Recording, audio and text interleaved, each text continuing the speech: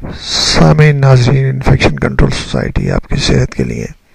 اور آپ کی آگاہی کے لیے اور آپ کے معلومات میں اضافے کے لیے مضامین آپ کی سماعت کے لیے پیش کرتی ہے۔ موسم سرما کے مسائل کے بارے میں ہم آپ کو بتا رہے تھے۔ ہم نے آپ کو ابھی الرجک رائنائٹس کے بارے میں آپ کو بتایا۔ اب ہم آپ کو کرونک کورائزا کے بارے میں بتائیں گے، یعنی کہ دائمی نزلہ اور زکام، یعنی کہ جو مستقل رہنے والا یعنی کہ جو مسئلہ ہے اس کے بارے میں ہم بتانا چاہیں گے۔ جب نزلہ زکام کا باقاعدہ علاج نہ کیا جائے یا فوری طور پر کوئی اینٹی بایوٹک دوا کھا کر زکام کو روک دیا جائے تو یہ یک بعد دیگرے حملہ آور ہونا شروع ہو جاتا ہے۔ ایسی صورت میں اسے دائمی نزلہ زکام کا نام دیا جاتا ہے،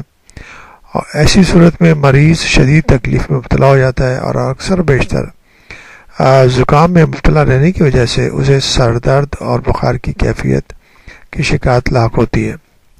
اب ہم آپ کو بتانا چاہیں گے کہ اینٹی بائیوٹک کا استعمال بالکل نہیں کرنا چاہیے۔ اینٹی بائیوٹک جو ہے جب تک کہ یہ معلوم نہ ہو جائے کہ بیکٹیریل انفیکشن ہے اور بیکٹیریا موجود ہے یا بیکٹیریا کا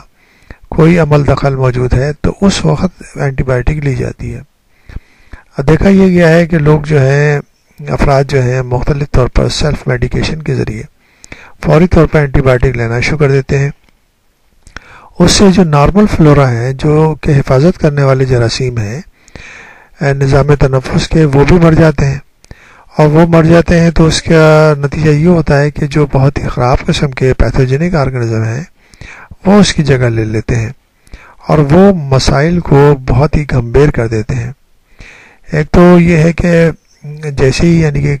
کرونک کورائزا ہے یا نزلہ زکام ہے، اس میں اس قسم کے شربت وغیرہ لینا جس کے ذریعے جو ہے پورا میوکس میمبرین خشک ہو جاتی ہے، تو وہ بھی مسائل کا سبب بنتی ہے، کیونکہ وہ جو رطوبت ہے وہ ان جو الرجنس ہیں ان کو نکالنے کے لیے بہتی ہے، تاکہ جو الرجنس جو ہیں وہ میوکس میمبرین کے اوپر اثر انداز ہو کر یہ نزلہ زکام پیدا کر رہے ہیں وہ قدرتی طور پر وہ ہٹ جائیں۔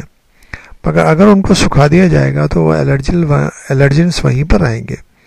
اور وہ جو میوکس میمبرین کے اوپر جم جائیں گے اور وہ ایک تکلیف دہ عمل کے طور پر سامنے آئے گا۔ اور دوسری طرف یہ ہے کہ اگر اینٹی بائیوٹک لی گئی تو اس کا بھی